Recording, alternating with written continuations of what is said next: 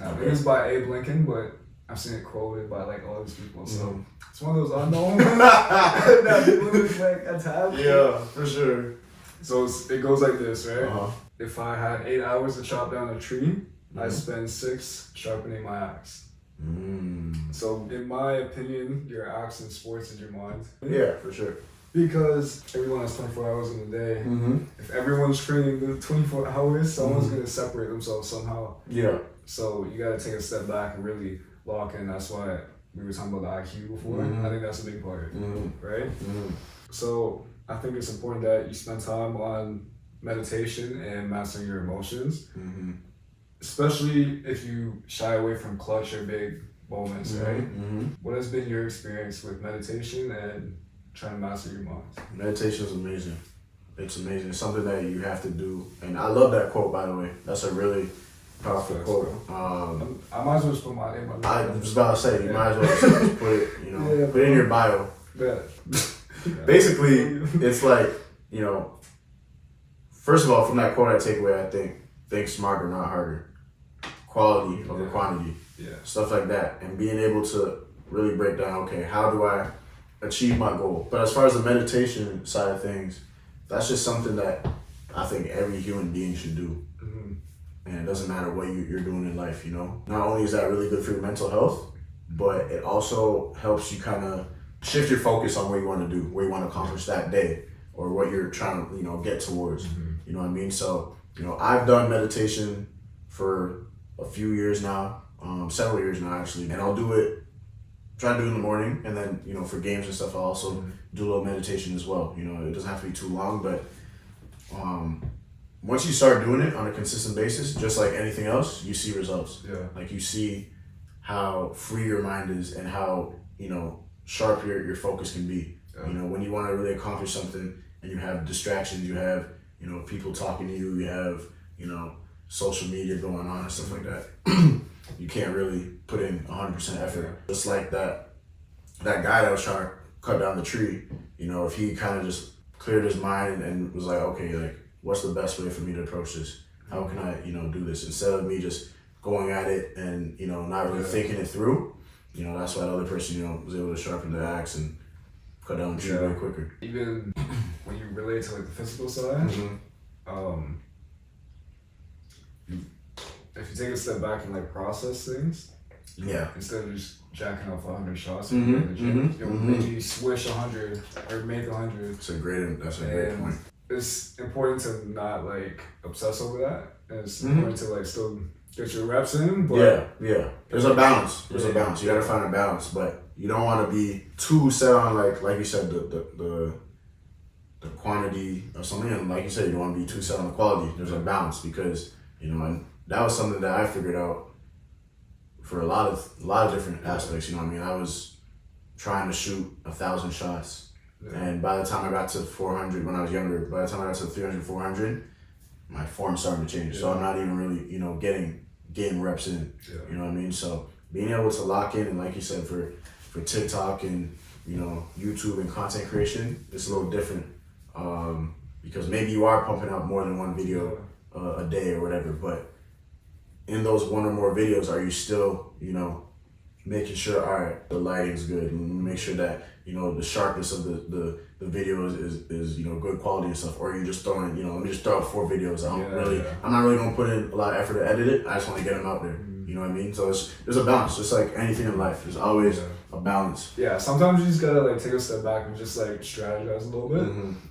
But I think if it's like your first year starting out in your sport or whatever, I think quantity is more important because like you don't even have the reps up to know what a bad rep is. When you're playing soccer or whatever, you're just trying to learn how to kick. Don't even try to like get it in the net. Just try to like kick properly. Facts. And you'll do that like thousands of times. And as you get better, you can lower it to be more quality. Because I had to put out like 100 TikToks before the next 200 did well. You know what I'm saying? So, and I mean, even when you're young too, like there's a lot of guys that I played basketball with, and at a young age, the way you shoot, it might not be the way you shoot when you're older. You know what I mean? There's a lot of different things that come in. You get a lot stronger. The ball is 29.5 instead of 28.5 and stuff like that. So there's a lot of the things that, that you'd be able to rep out, and you might be like, okay, like, is he gonna have a bad technique now? Part of that learning process is figuring out what works for you, what doesn't work for you. You know what I mean? So I definitely agree with that point. Before we move on from the mental side, do you have any like book recommendations? Because I have a few. Book recs, Atomic Habits, man. Okay, done. Atomic Habits. Shout out to JBH for putting me onto that one. That's a really good. I gotta reread it too. Yeah. But that one is a life changer. You know what we should do? Should have like a book list. We should. Every episode we gotta update one more. That's tough. So, I like that.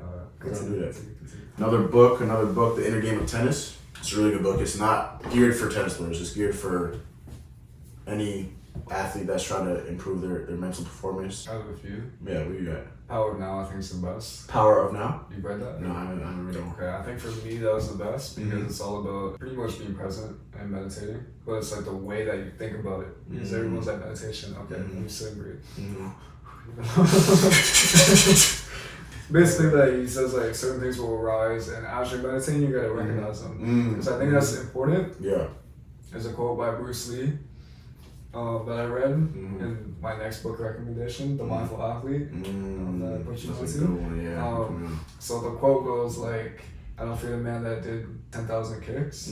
I fear the man that did one kick 10,000 times. Okay. So like when it comes to meditation, it's not just breathing, it's like actually focusing for 3 minutes. Right. Not just breathing for 3 minutes. Facts. Mindful Athlete is the guy that helped train Kobe a little bit with Phil Jackson. And in there he says like the game that Kobe had 81 the night before, they were in the elevator or something, and Kobe said like the way I did it was trying not to score, essentially. And like when you're young, it's kind of hard to understand. Yeah. But you begin to like meditate, get experience. Right. So when it comes to like your IQ for your sport or for your craft, what's the best way of going about developing that in your opinion? There's two main things. Honestly, no, there's more than two main things, but I think definitely watching film on, pro athletes. Yeah. So for whatever sport it is, watching a pro athlete, seeing the things that they do, trying to understand why they're doing it, asking yourself these questions. For basketball, they always say, be a student of the game. So, that's watching film, that's understanding the history of basketball, that's understanding the rules. All those little things, come into place. Remember when Kobe had that little story where he knew where the referees would be on the court, so that specific angles, he would have blind spots, so he would be able to get away with little stuff like that. Like, that's just like high level, you know what I mean? So I think for your sport, you gotta be able to watch a lot of film, you gotta understand the rules, the history, the little things that you can get away with, you know what I mean?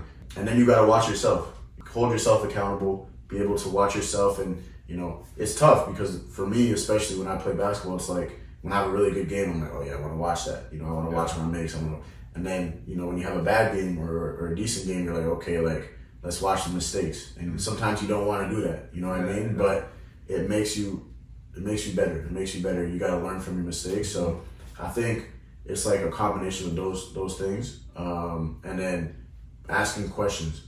That's the biggest thing. No one in the world knows everything. Definitely not. So being able to ask questions for, your trainer, your coach, even someone like you. Like even you, I can learn from stuff for basketball, you know what I mean? Yeah. So that's the biggest thing. I'll tell you how to shoot and stuff. Bro, we can go shoot right now outside, bro. We gonna get the footage, don't worry. We gonna pull the footage because I got a camera now, so we gonna pull it up. But nah, for real, I think the combination of those things will help with, your IQ level. Feel like your confidence comes from like your IQ and your understanding of something? Yeah, I think the confidence really comes from that, and then just the amount of work you put in and the amount of reps you put in. No matter what it is. In school, you got an exam. How much hours did you put in on studying? How many hours did you put in on practicing your math questions or whatever? Basketball is the same thing. When I really felt like I made a big jump was in high school. Yeah. I was okay, and then got in the gym. In the mornings, at lunchtime, after school. You know what I mean?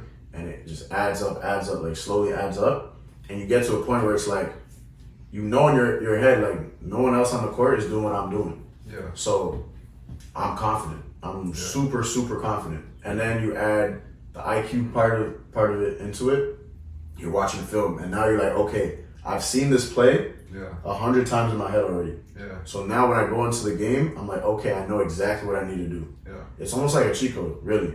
It's like your chess openings. Obviously, in most sports, there's technique and then there's principle. In my opinion, principle trumps technique every day of the week. But I find a lot of coaches in sports teach technique, whereas when you're trying to learn principles of like editing and content and business, it's principle based, which is why I think I picked up on it faster than the sports side.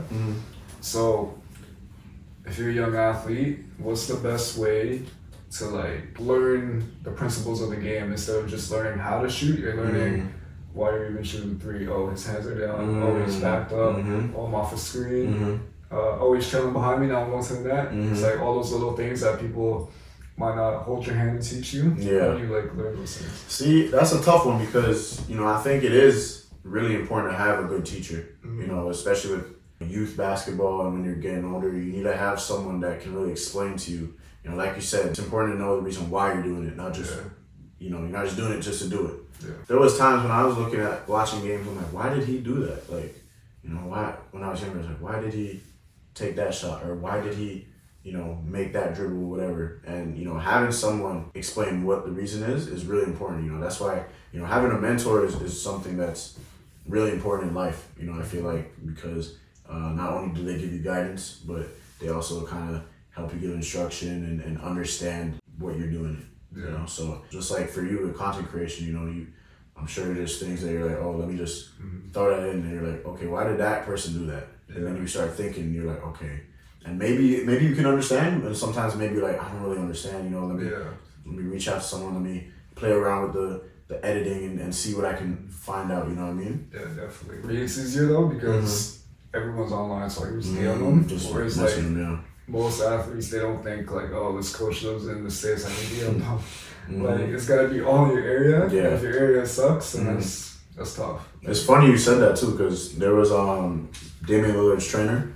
I think his name's Phil Beckner, if I'm not wrong. But License to Lillard, that guy? I don't know. I don't know. Okay. It might be, but I think it was 2 or 3 years ago. I DM'd him, and I was like, yo, like, I was like, you know, I just had a few questions. Like, I'm playing, you know, I'm Division I athlete trying to play pro or whatever, blah blah blah. And he gave me like a response. Like I was surprised, you know. And I forget what the question was, but he answered my question, and I was like, oh, like that was easy. You know what I mean? Like I didn't think someone like him would respond to me because, you know, I'm just like a high school athlete and, you know, he's, you know, 100,000 followers, whatever, blah, blah, blah. But like having people that can give you, you know, answers to the questions that sometimes you can't figure out by yourself is crucial. It's very important. It's funny too, because before I even met you, I reached out to one of your Vermont teammates.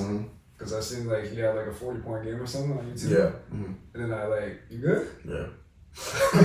And then I actually emailed him. I'm like, wow, like, because I knew he had like a scholarship. I'm like, yeah, like, blah, blah. I forget what I said. Something about D1. But like the moral story, I guess, is just people are like willing to help you. If you reach out, but like say if you reach out to 10 people, not all 10 are gonna respond, but that doesn't mean stop at like your 4th one. Go all the way to the 10, and then you'll get 3 of them. You know? Facts. 30%. Yes, sir. It's not too bad a 3-point percentage. You know, 40% would be better, but you know, you shoot like 50 in the Brody League right now. Yeah. So because off the bank shots. Yeah, and they're not counting them properly, so you know that's to my advantage. But anyways.